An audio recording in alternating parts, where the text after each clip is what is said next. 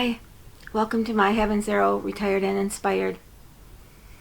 I hope everyone is well and safe. And speaking of being safe, I wanted to share with you a quick tutorial on this mask. The reason that I'm doing this is I looked online and I found a lot of tutorials on masks. There's a lot of them out there, and I was basically looking for something for my family, for the kids. There's so many out there for the nurses and the hospital workers and so forth, but we need them for home as well, and for being outside if we have to run quick to the grocery store or wherever. I'm walking my dogs all the time. I always manage to bring my mask along or wear my mask when I go. But I also wanted something that came in sizes that I could make for my grandchildren. Obviously this is too big for their face. They need something smaller.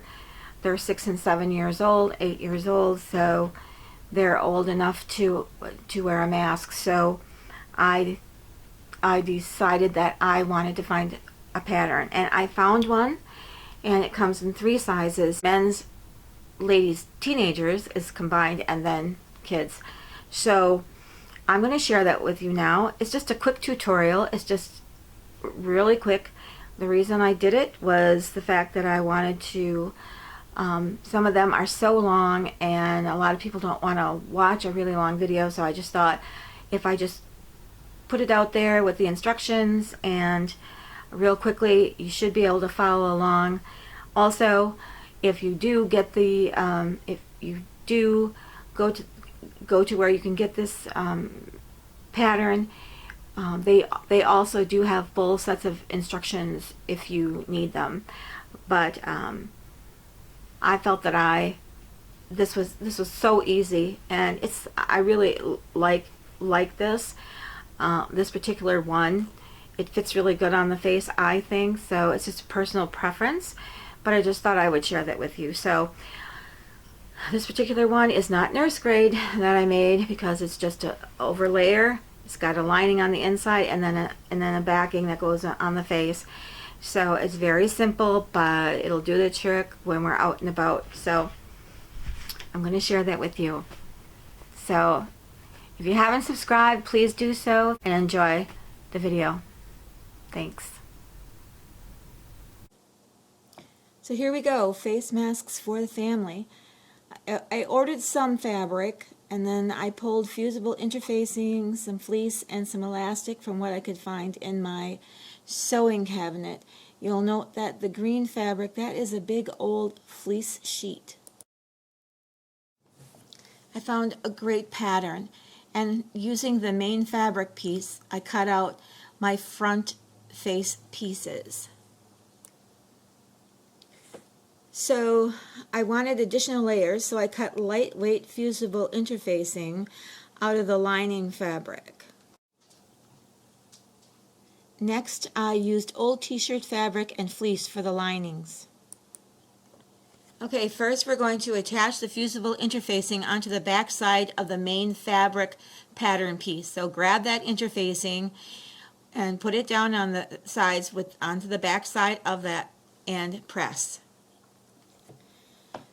Prep for the elastic. Fold the main piece side over 1/4 inch and then fold it again and press.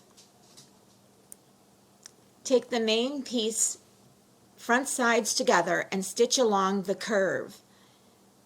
Then snip that curve so that the piece will open up properly, and then open it up and press the center.